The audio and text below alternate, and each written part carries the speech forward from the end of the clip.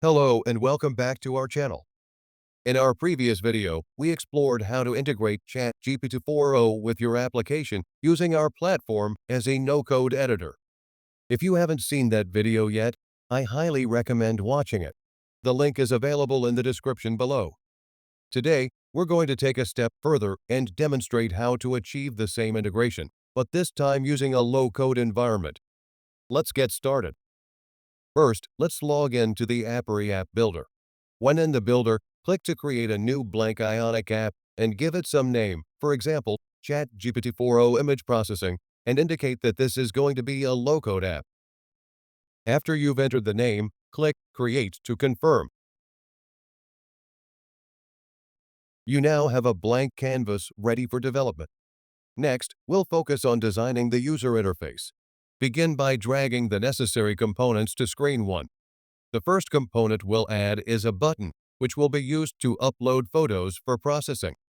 Let's label it takePhoto. Now, navigate to the Properties panel on the right-hand side and define the button's click event to trigger a function named takePhoto. This function will manage the photo upload process. Before the function can operate, we need to create a variable that will store the image data. Go to the Code tab and under Variables, create a new variable named img-base64. This variable will be used in the takePhoto function to handle image data in base64 format.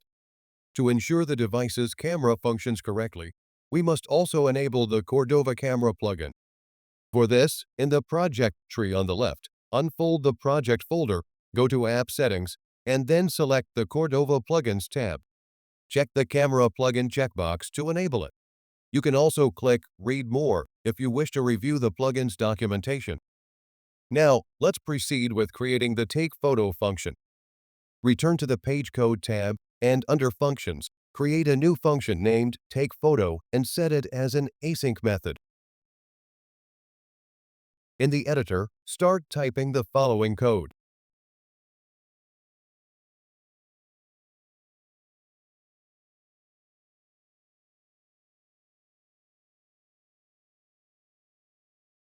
To get base64, we also need to send the destinationType property. This code will only work for mobile devices, so let's add the verification that the app is run on the mobile.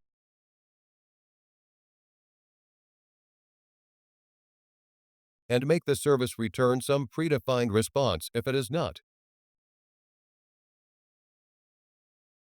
Finally, to show the image in the base64 format, adding prefix is needed. So let's add it below. And if you want to simplify things, you can copy this string of code from the plugin page and insert it into your code. We are done with the function.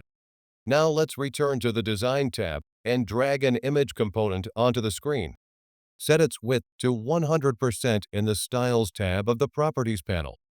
Then, in the Comment tab, indicate that the image source property is set to img-base64. Also, to ensure the image component only appears after a photo has been uploaded, set the ngIf property to img-base64 directive. At this point, we can already test the app to make sure the image can be uploaded.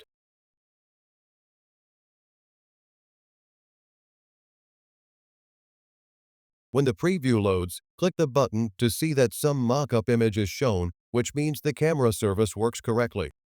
With the basic functionality in place, we'll now add more interactive elements.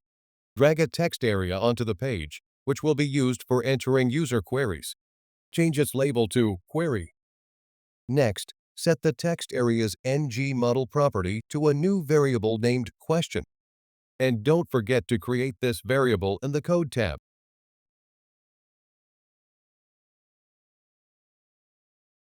To process the queries, we'll add a button labeled Process.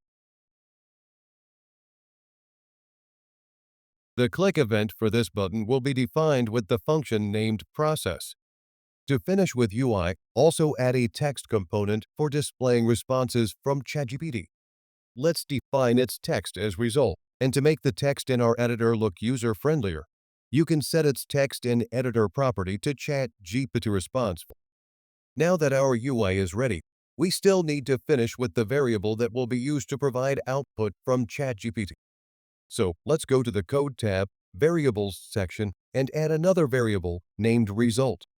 We have finished with variables, and we only need to add the function that will process the queries.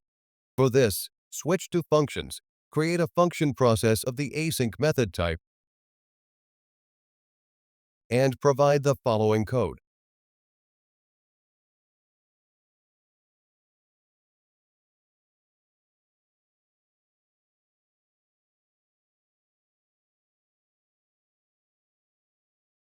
Finally, to integrate the ChatGPT functionality, we also need to obtain the OpenAI key from the OpenAI portal and add it to the settings service of our app. If you don't have one already, generate a new key or use your existing one.